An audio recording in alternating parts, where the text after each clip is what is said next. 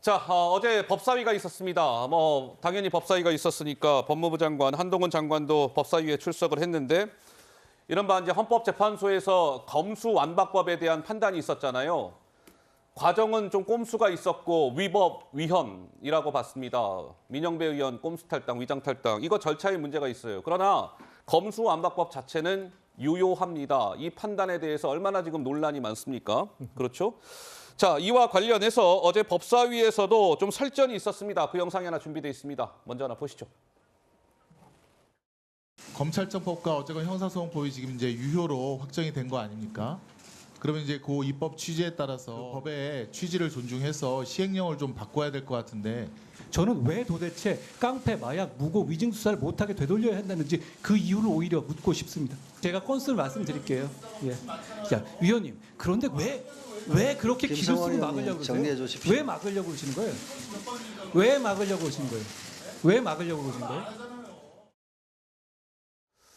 자, 이 검수완박법에 대한 여러 가지 논란이 있습니다. 근데 우리 김종혁 의원께서는 좀 어제 어떻게 보셨습니까? 한동훈 장관은 오히려 이 시행령하고는 상관이 없다. 그러니까 검수완박법이 유효 판단이 내려졌더라도 법무부가 시행령을 개정했잖아요. 그 시행령 개정을 통해서 검수원복을 해 나가겠다라는 의지를 한 장관이 어제 천명했더군요. 아니 저는 한 장관이 얘기한 그 주장을 동조하는데요. 네. 그러니까 왜 대한민국의 검찰은 부정부패라든가 공무원 범죄라든가 마약이라든가 위증에 대해서 수사를 하면 안 되는 겁니까?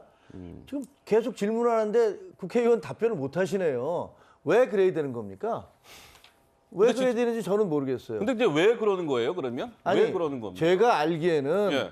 지금 현재 검찰 물론 개혁해야 됩니다. 검찰이 네. 그동안 잘못한 것도 많아요. 그리고 경찰에 대해서 예를 들면 공소권이 없는 것까지도 검찰로 넘어가서 도장을 찍어줘야지 그게 종결되는 과거의 그런 폐해 같은 것들이 있어서 많이 개선되고 있던 과정입니다.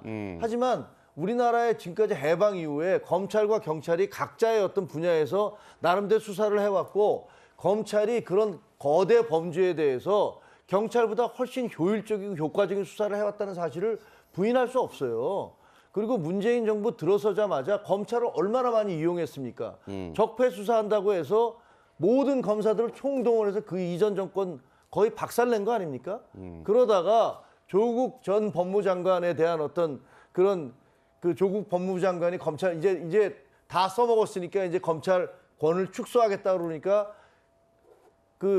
윤석열 당시 검찰총장이 반발하고 네. 그러다 보니까 거기서 이제 밀어붙인 게 검수완박법 아니에요. 그러니까 저는 2012년에 국회 선진화법이 만들어지면서 예를 들어서 다수당의 행포를 막기 위해서 문제가 되는 법안에 대해서는 3대 3으로 안건 조정 소위를 만들자. 그리고 90일 동안 수기를 해서 이렇게 일방적으로 밀어붙이는 건 없도록 하자라는 그런 법을 만들었어요. 근데 예. 민주당에서 꼼수 탈당을 통해서 그걸 3대 3이 아니라 4대 2로 만들어 버린 다음에 그걸 통과시킨 거 아닙니까? 절차상에 명백한 하자가 있어요. 예. 그러니까 지금 헌법재판소에서도 문재인 정부에서 임명된 그 헌법재판관 한 명도 이거 절차상의 하자가 있다라고 인정한 거 아니에요? 근데 그렇게 절차상의 하자가 있다고 해놓고서 결과는 괜찮다? 아니 그럼 무슨 술을 먹었는데 사고가 안 났으니까 음주운전 아니다라고 얘기하는 것과 뭐가 다릅니까? 복경 위원장님. 지금 국민의힘과 한동훈 장관은 헌법재판소 결정마저도 지금 불복하고 있는 거예요. 불복하고요. 왜 불복해요? 똑같습니다. 불복하지. 말로는 인정한다라고 존중한다라고 하지만 반대한 4명의 의견이 있습니다. 그러면서 민주당이 사과해야 됩니다라고 하는데 헌법재판소는 엄연히 이번 법안이 합법적이다, 유효하다라고 결론을 냈어요. 그러면 그 결정에 따르면 되는 겁니다. 합의체 재판에서는 의견이 갈라질 수 있어요. 그럴 때는 다수 의견으로 결정이 됩니다. 예. 일반적인 거예요. 그런데 반대 의견이 있었기 때문에 이거는 찬성한 사람들이 잘못된 것이다. 헌법재판관 한 사람 한 사람의 문제로까지 연결시켜 가면서 공격을 하는 것이라 이거는 정말 그러면 우리 민주주의 체제 자체가 저는 근본적으로 위협을 받고 있는 그런 사고다라는 말씀드리고 우리 법이 헌법의 테두리 내에서 헌법에 어긋나지 않게 만들어져야 됩니다. 예. 그러면서 알겠습니다. 예. 시행령은 이 법이 의도하고자 하는 네. 이런 범위 내에서 시행의 편리함을 위해서 만들어지는 겁니다. 예. 그런데 이 시행령이 법이 정하고자 하는 검찰의 권한이 지나치게 세기 때문에 여기에는 부패와 경제 문제만 검찰에서 수사하고 나머지는 우리 경찰로 넘기자라는 것이 예. 이번 법 개혁의 취지 아니었습니까? 물론 알겠습니다. 찬반 의견은 있어요. 그런데 이 취지대로 시행령이 만들어야 되는데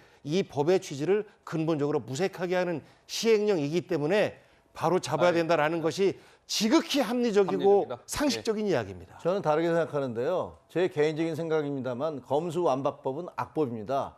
그런데 악법이지만 다수당이 169석의 의석을 가지고 통과를 시켰어요. 그리고 헌법재판소에서도 그걸 인정을 했기 때문에 받아들일 수밖에 없어요. 그게 현실입니다. 그건 인정하는데 그렇다고 해서 그 악법에 대해서 그 잘못된 악법을 피해 나가서 나름대로 검찰이 범죄를 수사할 수 있는 그런 시행령을 만들었다면 그것을 뭐라고 그렇게 뭐 있습니까? 만약에 그게 문제라면 법적 조치를 통해서 뭐 다수당이니까 그것을 금지시키시든지 예. 그렇게 하면 되는 겁니다. 왜 검찰한테 검찰이 스스로의 자구 노력을 하는 것까지를 하지 말라고 얘기할 게 뭐가 있겠습니까? 저는 곧 그렇게 진행될 거라고 봅니다. 네, 그렇게 했으면 좋겠습니다. 알겠습니다. 자, 오늘 네 분 하여튼 토론을 좀 하고 계시는데 하나 부탁을 드리고 싶은 건 이 토론을 하시는 건 좋은데 조금만 핵심적으로만 이렇게 딱딱 요점만 말씀해 주시면 더 아주 이렇게 좋게 아마 시청자 여러분들이 잘 들으실 것 같아요.